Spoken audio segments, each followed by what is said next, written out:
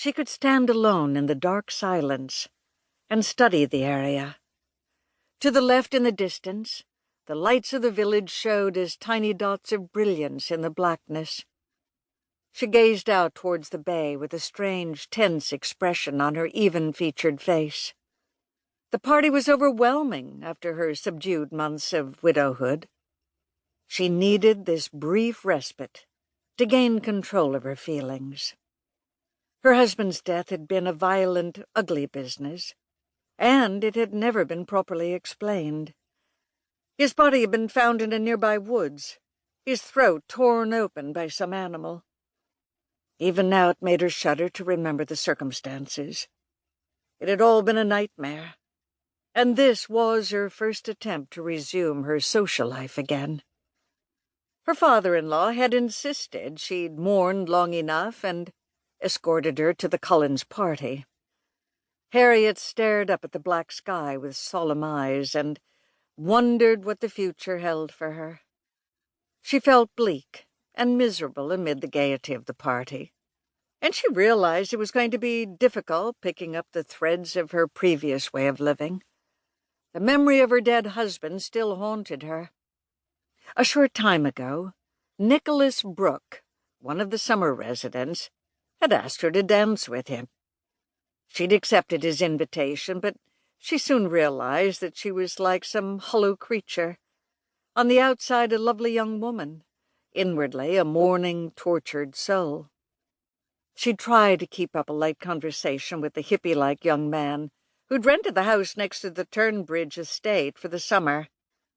He was pleasant enough, and his shoulder-length brown hair and long, flowing beard had presented a striking contrast to his dinner jacket. But he had not reached her.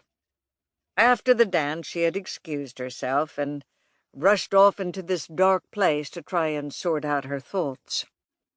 Now she studied the grim black of the sky as thunder rumbled over the sound of the distant dance music, and a furtive streak of lightning moved quickly across the night. She found herself trembling a little and felt ashamed. "You prefer this darkness and comparative silence to the ballroom?" The question was asked in a charming baritone voice with a hint of a British accent. She thought she was alone, and now turned quickly to discover a shadowy male figure, dressed in white dinner jacket and black tie, standing beside her. She at once recognized the gaunt, handsome face of Barnabas Collins. Over the years she had met the charming British cousin of the Collins family several times, but she had not known he was visiting Collinwood again.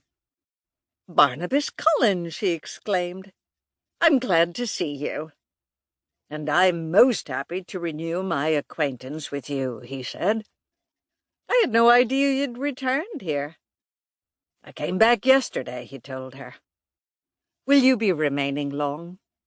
"That depends on a number of things," he said, and with a look of sympathy he added, "I was most unhappy to hear of your husband's death."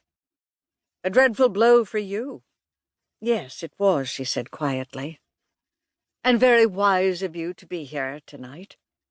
I have only recently arrived at the estate and hesitated to attend the dance, but Elizabeth finally persuaded me, and I'm glad she did." Harriet nodded in acknowledgment. "It is a wonderful party. And you're looking very well." Barnabas Collins smiled wistfully. "It is not often I venture into a dinner jacket these days. I wasn't even sure this would still fit me." "It does. Perfectly," she said, studying him with admiration. She had always found him a gentle, friendly man in the past. She knew that there had been some malicious gossip about him, and that he had not been physically well, but now he looked much better. She ventured, "When you were last here, you kept to yourself a lot.